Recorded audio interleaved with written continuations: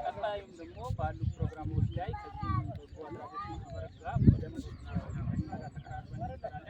እየተሰሩ ያሉ ስራዎች ደግሞ አበረታች የሚገባ ስራዎች ናቸው። ከውጭም አሉ አካባቢ በርካታ ስራዎችን በሚዲያም ጭምር እያያን ነው።